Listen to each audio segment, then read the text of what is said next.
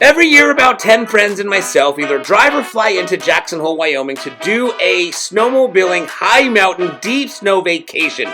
This year, we had some rams that walked right up to our car.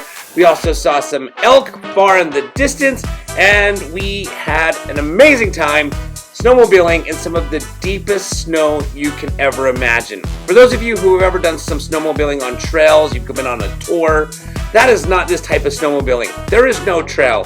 No one's ever been where we're going. We go to the highest points of some of these mountains where the snow is so deep that when you jump off your snowmobile, sometimes you sink all the way in it to about your face.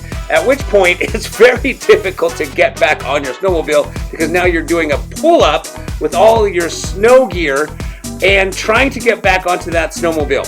So when you stop snowmobiling in certain parts and get stuck, it is an absolute workout to be able to get your snowmobile back out from being stuck and off and running again.